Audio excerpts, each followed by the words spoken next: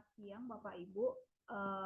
Materi pertama, pembahasan terkait dengan pengantar manajemen, itu adalah bagaimana kita memahami konsep dasar sebuah manajemen bisnis. Ya, jadi mata kuliah pengantar manajemen ini merupakan lanjutan dari pengantar bisnis. Ya. Nah, untuk materi ini, tujuan pembelajaran yang pertama adalah untuk mengetahui konsep dasar manajemen dan mengapa manajemen itu diperlukan dalam sebuah organisasi bisnis. Yang kedua, untuk mengetahui konsep manajemen secara fungsional yang mencakup kegiatan perencanaan, pengorganisasian, pengimplementasian, serta pengendalian dan pengawasan. Lalu yang ketiga itu adalah mengetahui konsep manajemen secara operasional dalam organisasi bisnis yang mencakup manajemen sumber daya manusia, manajemen produksi atau operasi, manajemen pemasaran, dan manajemen keuangan.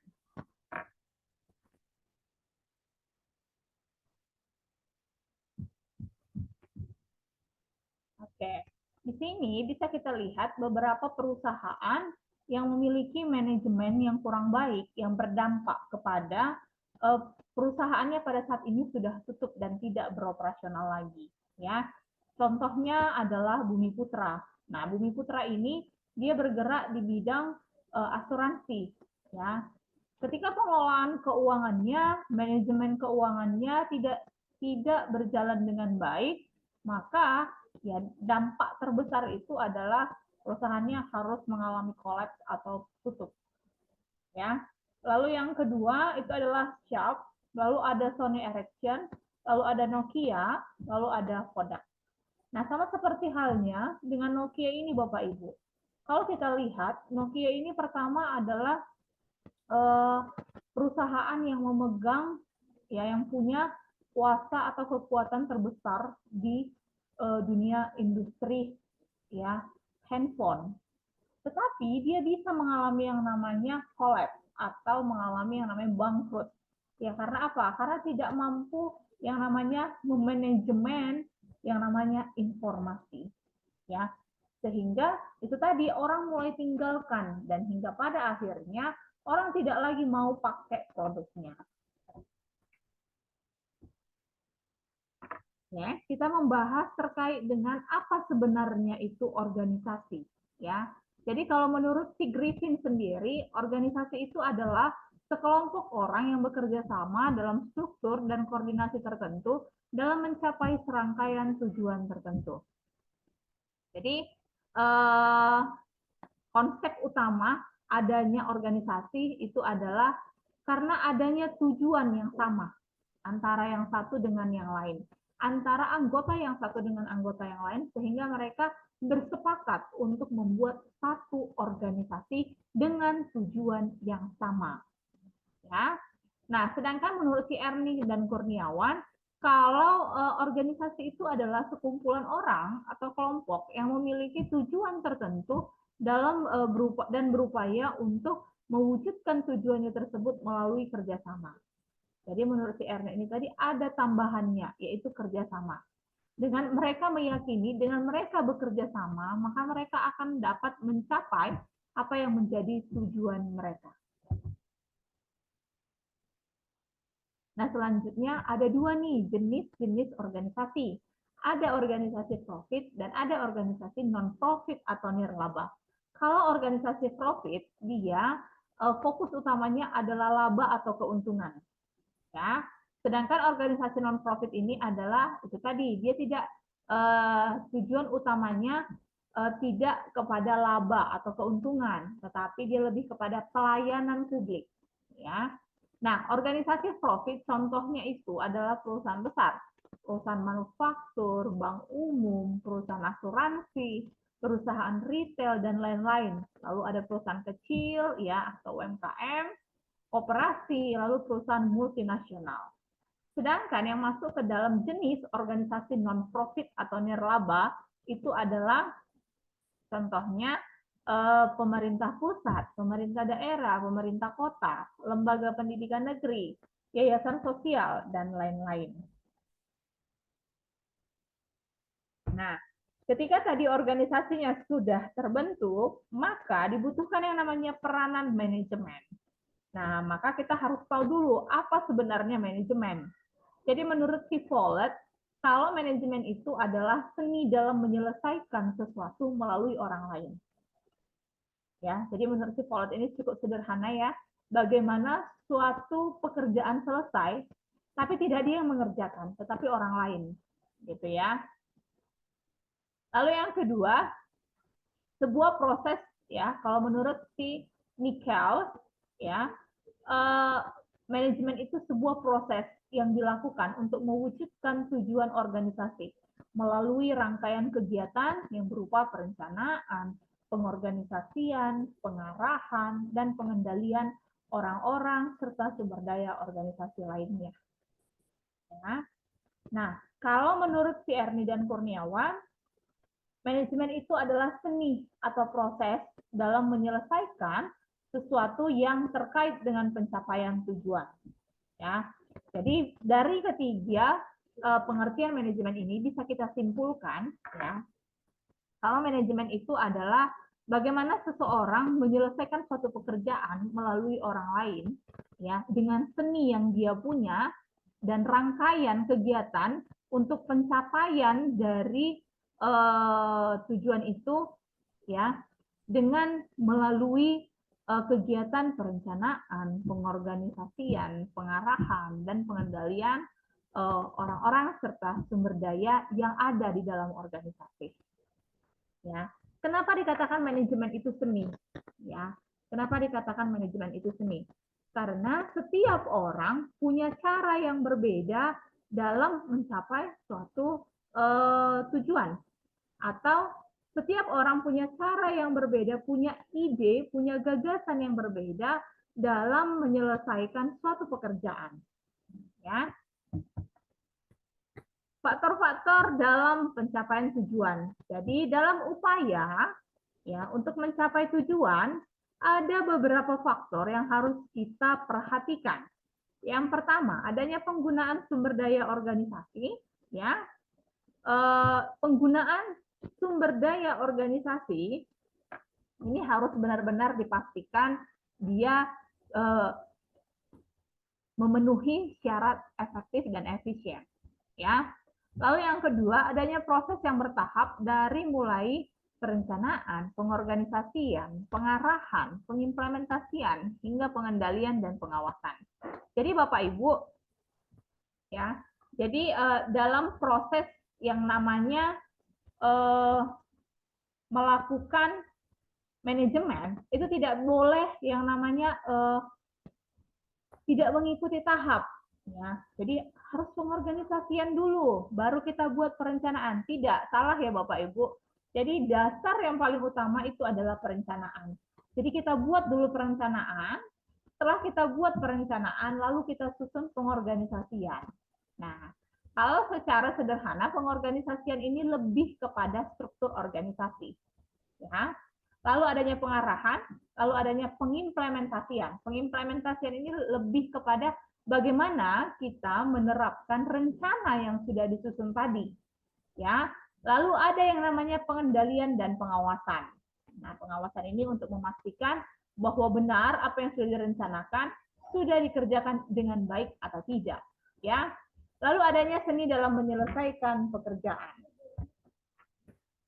Nah, sumber daya organisasi di sini ada, bisa kita lihat sumber daya manusia, sumber daya informasi, sumber daya fisik, sumber daya keuangan, dan sumber daya alam.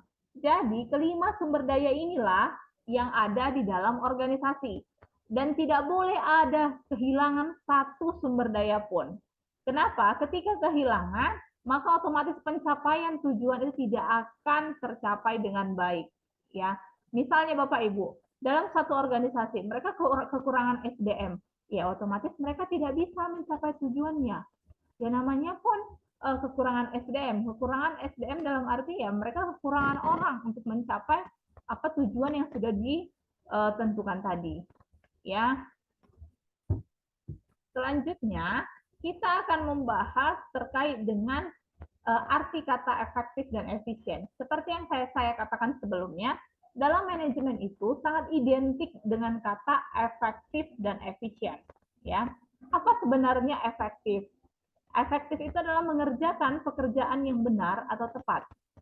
Ya, kalau efisien mengerjakan pekerjaan dengan benar dan tepat. Ya, jadi kalau efektif itu bagaimana kita memilih cara yang tepat. Ya, kalau efisien itu bagaimana kita melakukannya dengan benar atau tepat. Ya, jadi fungsi dari efektif dan efisien ini tadi lebih kepada bagaimana supaya manajemen itu mampu menggunakan sumber daya mereka semaksimal mungkin. Ya, kenapa? Kalau katanya penggunaan sumber daya manusianya, penggunaan sumber daya yang dimiliki itu kurang efektif, ya, maka mungkin akan berdampak kepada ya penambahan biaya. Nah, kira-kira seperti itu Bapak Ibu. Jadi yang namanya efektif dan efisien ini harus benar-benar dipastikan ya dan dicek kebenarannya ya. Selanjutnya, kita akan membahas apa saja fungsi-fungsi dari manajemen. Ya, fungsi dari manajemen itu terdiri dari perencanaan, pengorganisasian, pengarahan dan pengimplementasian, lalu pengawasan dan pengendalian. Ya, perencanaan itu adalah bagaimana ya proses yang menyangkut upaya yang dilakukan untuk mengantisipasi kecenderungan di masa yang akan datang, dan penentuan strategi dan taktik yang tepat untuk mewujudkan target dan tujuan organisasi. Nah, sedangkan kegiatan yang ada di dalam fungsi perencanaan itu adalah menetapkan tujuan dan target bisnis, merumuskan strategi untuk mencapai tujuan dan target bisnis tersebut, menentukan sumber-sumber daya yang diperlukan, menetapkan standar atau indikator keberhasilan dalam pencapaian tujuan dan target bisnis. Fungsi pengorganisasian, ya, proses yang menyangkut bagaimana strategi dan taktik yang telah dirumuskan dalam perencanaan itu didesain dengan sebuah struktur organisasi yang tepat dan tangguh. Sistem dan lingkungan organisasi yang kondusif dan dapat memastikan bahwa semua pihak dalam organisasi itu dapat bekerja secara efektif dan efisien guna pencapaian tujuan organisasi. Ya, jadi fungsi pengorganisasian ini ya pembuatan struktur organisasi, siapa bertanggung jawab kepada siapa. Ya. Nah, selanjutnya kegiatan yang ada di dalam fungsi pengorganisasian mengalokasikan sumber daya, merumuskan dan menetapkan tugas, menetapkan prosedur yang diperlukan, lalu menetapkan struktur organisasi yang menunjukkan adanya garis kewenangan dan tanggung jawab. Lalu yang ketiga, kegiatan perekrutan atau penyeleksian, pelatihan dan pengembangan sumber daya manusia atau tenaga kerja. Lalu kegiatan penempatan sumber daya manusia pada posisi yang paling tepat. Nah, selanjutnya itu adalah fungsi pengarahan dan implementasi. Jadi proses implementasi program agar dapat dijalankan oleh seluruh pihak dalam organisasi, serta proses motivasi agar semua pihak tersebut dapat menjalankan tanggung jawabnya dengan penuh kesadaran dan produktivitas yang tinggi. Nah, kegiatan dalam fungsi pengarahan dan implementasi itu terdiri dari proses kepemimpinan, pembimbingan, pemberian motivasi kepada tenaga kerja agar dapat bekerja dengan efektif dan efisien, lalu memberikan tugas dan penjelasan rutin mengenai pekerjaan, menjelaskan kebijakan yang ditetapkan. Dan yang terakhir itu adalah fungsi pengawasan dan pengendalian. Ya, jadi fungsi pengawasan dan pengendalian ini sangat berpatok kepada yang namanya perencanaan. Ya, jadi di dalam perencanaan lah disusun yang namanya standar keberhasilan itu. Ya, itulah yang menjadi tolak ukur apakah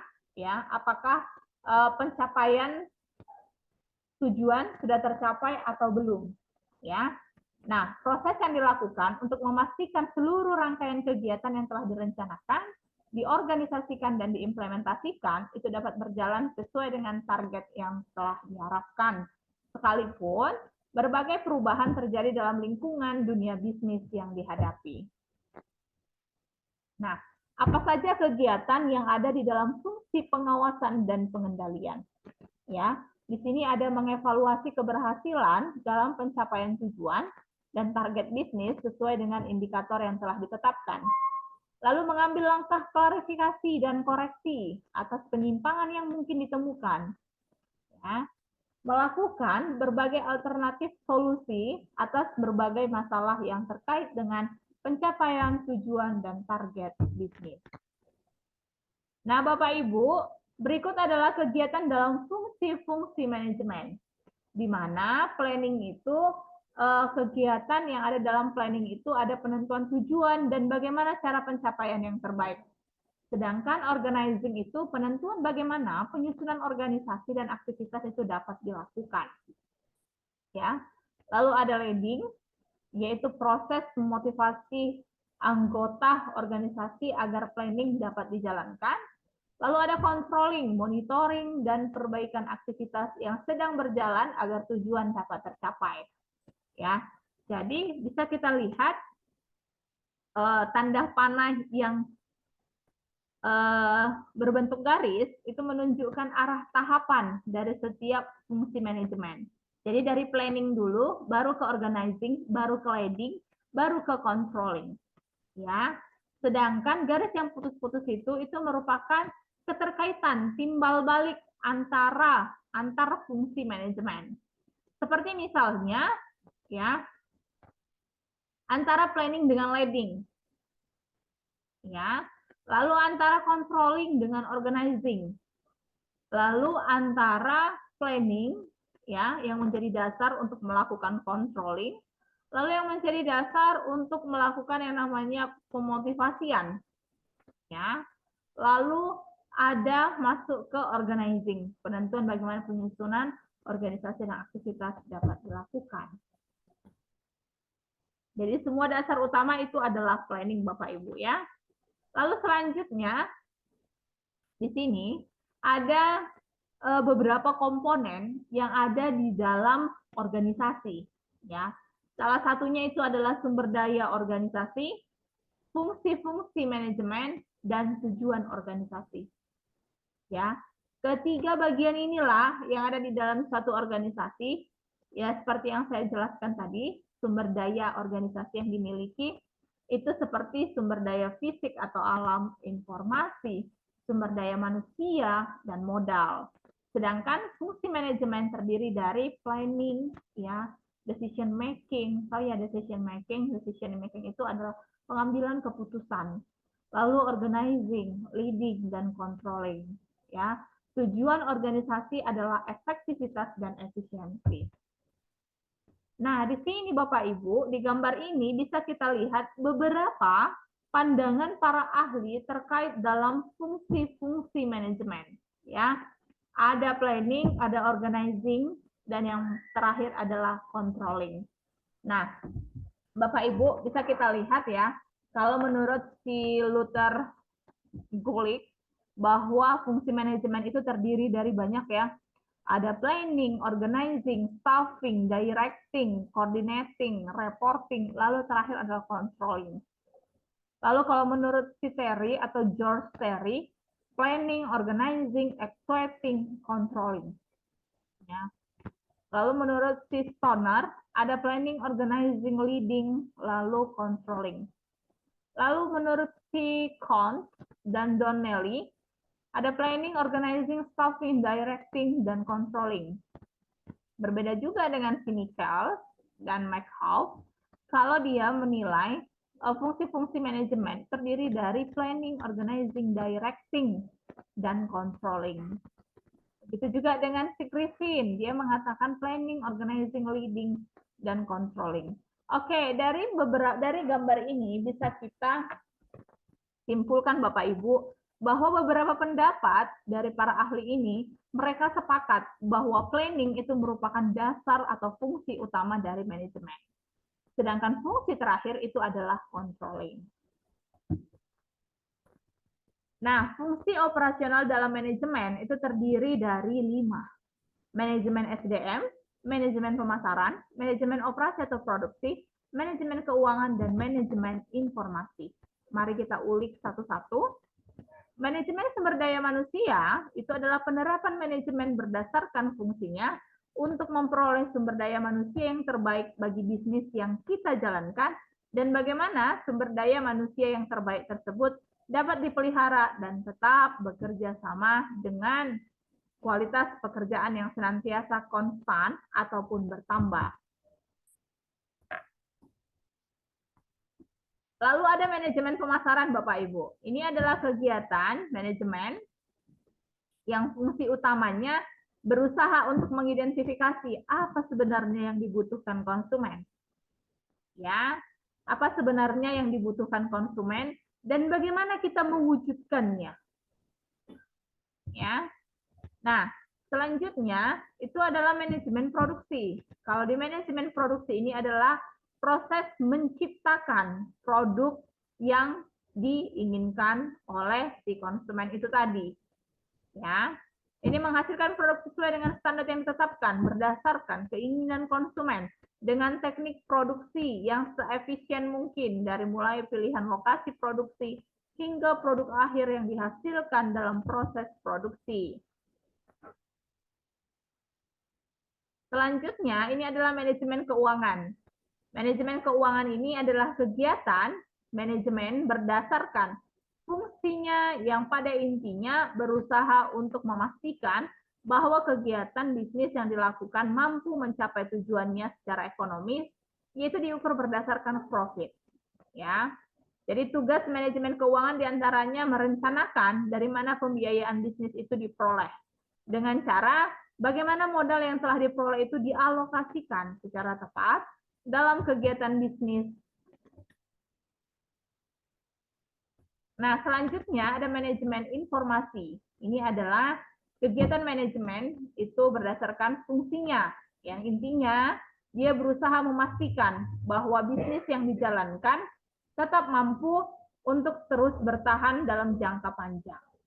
Nah, untuk memastikan itu, manajemen informasi bertugas untuk menyediakan seluruh informasi yang terkait dengan kegiatan perusahaan, baik informasi internal maupun eksternal, ya, sehingga dapat mendorong kegiatan bisnis, ya, serta mampu dapat terus beradaptasi dengan perubahan yang terjadi di masyarakat.